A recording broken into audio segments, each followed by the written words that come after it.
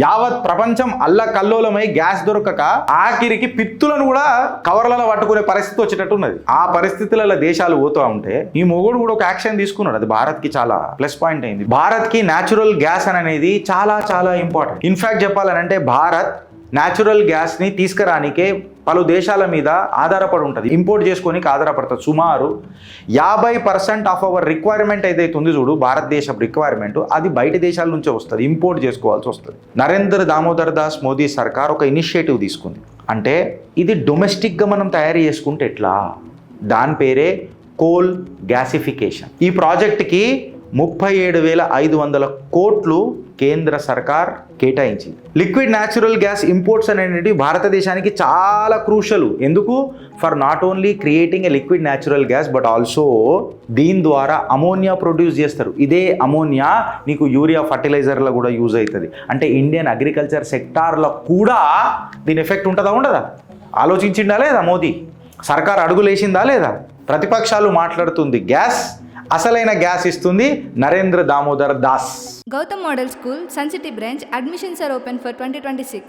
No admission fee, free school uniform and also bus transportation available for nursery to 10th class. Hurry up. Address, Sun City branch opposite Kasturba Trust. Limited seats. Contact us now 8121573123 and 8977113123. నేను మంచి చేసినప్పుడు మంచి అంట, చెడు చేసినప్పుడు చెడంట. ఇప్పుడు నేను దేశ ప్రధానిని విమర్శించిన, ఆ దరిద్ర ప్రధాని కూడా విమర్శించిన. ఇప్పుడు నా దేశ ప్రధాని మంచిగా చేసినందుకు మంచిగా కూడా మాట్లాడుతున్నా. ఇదేంద్రా నువ్వు అపరిచితుడు లెక్క ఉన్నావు అంటే, నేను అపరిచితుడు లెక్క కాదు, సపరిచితుడు లెక్క ఉన్నా, సుపరిచితుడు లెక్క ఉన్నా. చెలోపు అంతే కదా. అపరిచితుడు కూడా మాకు తెలియదు చిత్రగుప్తుల, సుపరిచితులం మేము మీ అందరికీ. ఇప్పుడు ఇదే మొగోడు తీసుకున్న మంచితనం కూడా చెప్తున్నా. యావత్ ప్రపంచం అల్లకల్లోలమై గ్యాస్ దొరకక ఆఖరికి పిత్తులను కూడా కవర్లలో పట్టుకునే పరిస్థితి వచ్చేటట్టు ఉన్నది. ఆ పరిస్థితులలో దేశాలు పోతూ ఉంటే ఈ మొగుడు కూడా ఒక యాక్షన్ తీసుకున్నాడు. అది భారత్కి చాలా ప్లస్ పాయింట్ అయింది. బికాస్ ఎంతో 4x రిజర్వ్స్ మనం కాపాడినాం. అదేందో ఇప్పుడు చర్చిద్దాం ఫ్రెండ్స్. భారత్కి న్యాచురల్ గ్యాస్ అనేది చాలా చాలా ఇంపార్టెంట్. ఇన్ఫ్యాక్ట్ చెప్పాలనంటే భారత్ న్యాచురల్ గ్యాస్ని తీసుకురానికే పలు దేశాల మీద ఆధారపడి ఉంటుంది, ఇంపోర్ట్ చేసుకోనికి ఆధారపడుతుంది. సుమారు 50% ఆఫ్ అవర్ రిక్వైర్మెంట్ ఏదైతే ఉంది చూడు, భారతదేశం రిక్వైర్మెంట్, అది బయట దేశాల నుంచే వస్తుంది, ఇంపోర్ట్ చేసుకోవాల్సి వస్తుంది. ఆ 40, 50, 60% ఏదో ఉన్నది చూడు, అందులోకేని 40% న్యాచురల్ గ్యాస్ ఏదైతే ఉంటుందో చూడు, ఖతార్కి ఇంపోర్ట్ చేసుకుంటాం మనం. Out of the 50% of the requirement 40% we import from Qatar. రీసెంట్గా ఇరాన్తో పంచాయతీ నడుస్తున్న చూడు ఆడ గల్ఫ్లో, ఆ ఖతార్ దగ్గర రిఫైనరీల మీద అటాక్లు జరిగినాయి. అటాక్లు జరిగితే ఈ న్యాచురల్ గ్యాస్ అనేది ఇంపోర్ట్లలో బ్రేకులు పడ్డాయా పడలేదు? గ్యాసులు ప్రాబ్లం ఉన్నాయి, సిలిండర్ల ప్రాబ్లం ఉన్నాయి, ఇన్నరా లేదా మనం అందరం? ఇవన్నీ దృష్టిలో పెట్టుకొని నరేంద్ర దామోదర్ దాస్ మోదీ సర్కార్ ఒక ఇనిషియేటివ్ తీసుకుంది. అంటే ఇది డొమెస్టిక్గా మనం తయారు చేసుకుంటే ఎట్లా, దాని పేరే కోల్ గ్యాసిఫికేషన్. ఈ ప్రాజెక్ట్కి 37,500 కోట్లు కేంద్ర సర్కార్ కేటాయించింది. ఈ ప్రాజెక్ట్ డొమెస్టిక్గా తయారవుతుంది. అంటే ఏదైతే డిపెండెన్సీ మనకు ఖతార్ మీద ఉండే చూడు, దాన్ని కట్ షార్ట్ చేసుకోవాలి. ఇది కదా భారత్కి కావాల్సింది. ఇప్పుడు చెప్పుర్రా ఫ్రెండ్స్, నేను బత్తాయినా న్యూట్రల్లో ఉన్నా. ఇప్పటిదాకా ఇదే భారతీయ జనతా పార్టీని ఉతికి పడేసిన. ఇప్పుడు మళ్ళీ ఏమంటున్నా, నా దేశ హితంలో ఉంటే నేను కాళ్ళు కడిగి నెత్తి మీద నీళ్లు పోసుకుంటాను. ఇది ఏం చేస్తుంది తెలుసా మనకు? ఈ ఇనిషియేటివ్ ఏం చేస్తుంది అని అంటే, మనకు కేవలం ఒక లిక్విఫైడ్ న్యాచురల్ గ్యాస్ని ప్రొడ్యూస్ చేసుడే కాకుండా మనకు యూరియా కొరత, ఫర్టిలైజర్ ప్రొడక్షన్ మీద కూడా కొరత ఉండే కదా, దీ కొరతను కూడా ఫిక్స్ చేస్తుంది. దానికి ఎంత అలాట్ చేసింది మోదీ సర్కార్? 37,500 crores.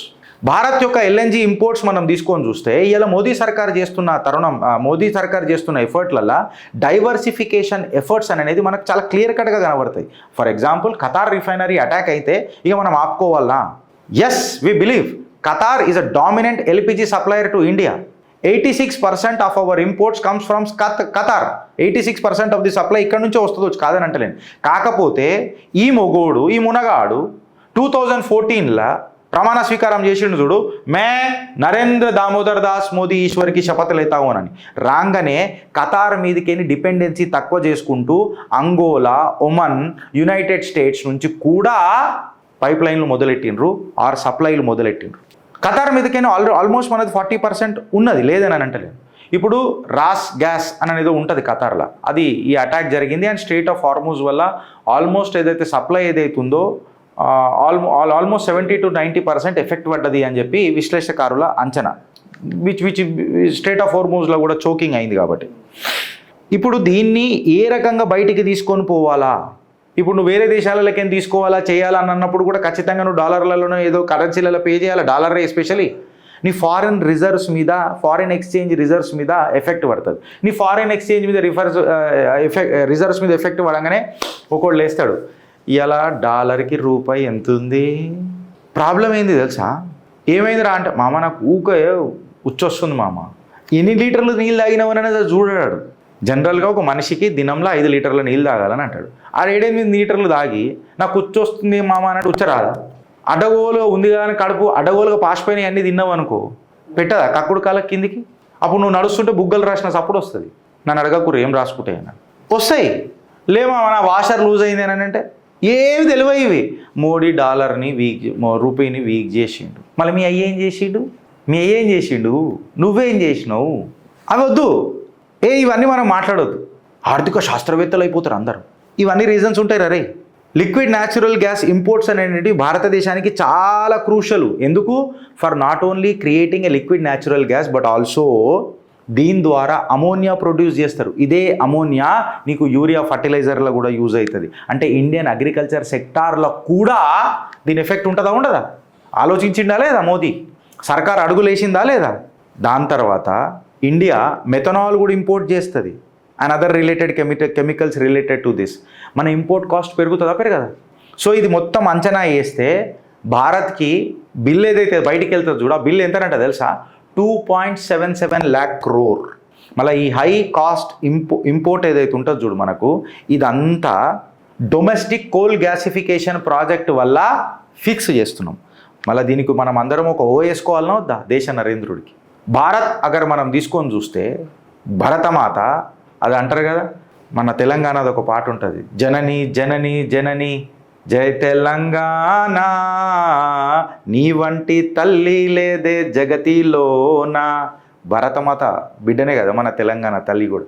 తెలంగాణ తల్లియే ఇంత సస్యశ్యామలంగా ఉంటే భరతమాత తన పిల్లలకి ఇంకెంత ఆస్తి పెడుతుంది. So coal reserves, coal gasification project details మీద ఇప్పుడు చర్చ చేద్దాం. భారత్లో టన్నులు ఇచ్చింది మన తల్లి. కోల్ అండ్ ఇగ్నైట్ రిజర్వ్స్ అని అంటారు వీటిని. కోల్ అండ్ ఇగ్నైట్ రిజర్వ్ టన్నులు ఇచ్చిండ్రు. ఇందులో నుంచే నీకు natural gas and petroleum reserves extract అవుతాయి. మేబీ భారతదేశంలో డైరెక్ట్గా సిగ్నిఫికెంట్ న్యాచురల్ గ్యాస్ పెట్రోలియం లేకపోవచ్చు, కాకపోతే కోల్ అండ్ ఇగ్నైట్ రిజర్వ్స్ మాత్రం బర్కే ఉన్నాయి. బర్కే నలుగురు అన్నదమ్ములు ఒకటే రకంగా ఉండరు కదా, ఒకడికి బలం ఉంటుంది, ఒకడికి బలగం ఉంటుంది, ఒకడికి బల్పు ఉంటుంది కదా. అయితే ఈ గవర్నమెంట్ కోల్ గ్యాసిఫికేషన్ ప్రాజెక్ట్స్కి ఇదే ఇప్పటిదాకా చెప్పిన 37,500 crores పెట్టిండ్రు. ఈ 37,500 crores దేనికి పెట్టిర్రు అంటే to produce around 100 million tons of synthetic gas. దీన్నే సిన్ గ్యాస్ అని అంటారు. టార్గెట్ డేట్ ఎప్పటి వరకు పెట్టుకున్నారు? Time line by 2030. Earlier target ఎంత ఉండే? 75 million tons. దీన్ని ఎన్హాన్స్ ఎంత చేసిండ్రు? 100 million tons. ఈ కోల్ గ్యాసిఫికేషన్ ప్రాజెక్ట్ ఎప్పుడైతే కిక్ స్టార్ట్ అవుతుందో చూడు, ఆర్ ముంగడికి పోతుందో చూడు, ఇందులో ఏమేమి ఇన్వాల్వ్ అవుతుంది అని అంటే సాలిడ్ కోల్ని ఒక సింథటిక్ గ్యాస్ రూపంలో కన్వర్ట్ చేస్తారు. By high temperature and pressure use చేస్తారు. ఇప్పుడు మామ ఫర్నాన్స్ చేయాలంటే నేను ఫిజిక్స్ క్లాసులు చెప్తాను, ఫిజిక్స్ వాళ్ళ ఓన్రీ ఆడ మంచిగా చెప్తారు. లేకపోతే చైతన్య నారాయణ ఏదో చెప్తారు, ఐఐటి కోచింగ్ సెంటర్లు ఉన్నాయి ఆడికి పోరి వాళ్ళు చెప్తారు. ఈ సింథటిక్ అండ్ సిన్ గ్యాస్లా abundant carbon monoxide and hydrogen gas ఉంటుంది మనకు. ఇది వేరియస్ కెమికల్ ప్రొడక్షన్స్కి న్యాచురల్ గ్యాస్ని రీప్లేస్ చేయడానికి పనికొస్తుంది మల్టిపుల్ అప్లికేషన్స్లలో.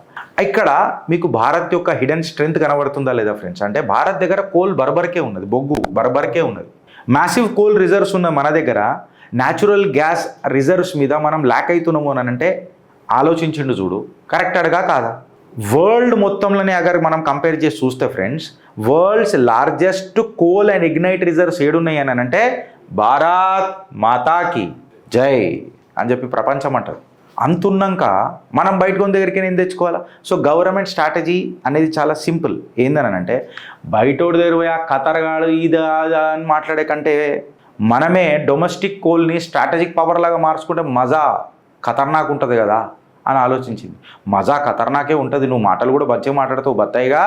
మళ్ళీ కోల్ గ్యాసిఫికేషన్ అంటే ఏంద్రా అనంటే నీ కోల్ని గ్యాస్ లెక్క కన్వర్ట్ చేసి ఈ గ్యాస్ని న్యాచురల్ ఆర్ నేషనల్ పవర్గా యూజ్ చేయడమే ఈ ప్రాజెక్ట్ ప్రాధాన్యత. కోల్ గ్యాసిఫికేషన్ ఏం చేస్తుందంటే సాలిడ్ కోల్ని సింథటిక్ గ్యాస్ ఆర్ సిన్ గ్యాస్కి కన్వర్ట్ చేస్తుంది. ఇది మనం ఆల్రెడీ మాట్లాడుకున్నాం. అంటే కోల్ నుంచి గ్యాసిఫైయర్ నుంచి సిన్ గ్యాస్ నుంచి నీకు ఫర్టిలైజర్, ఇండస్ట్రీస్, ఎనర్జీ ఒకటే దెబ్బకు 3-4 పిట్టలు అంటారు చూడు. ఇగో ఇది అంటే బ్లాక్ ఎనర్జీ ఏదైతే కోల్ది ఉంది కదా దాన్ని అలా బ్లూ ఎనర్జీకి మారుస్తుంది నరేంద్ర దామోదర్ దాస్ మోదీ సర్కారా కాదా?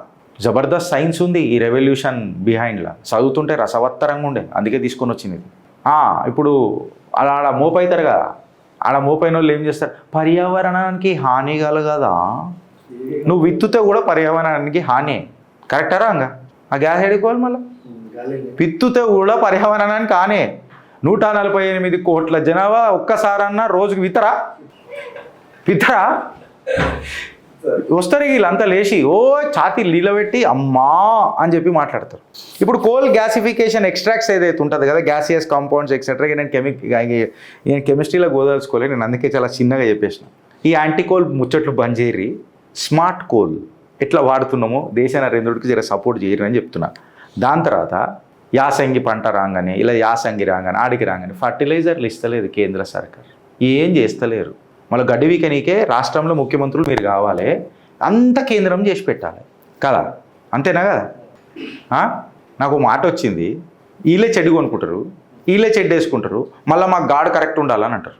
అట్లా ఎట్లుంటుందిరా? ఆడు ఇంకొకడు కూడా అంట 30,000 చెడ్డు కొంటాడు అంటాడు. నేను 30,000 చెడ్డు ఏముంటుందిరా, బంగారు పూతుంటుందా అని అన్న.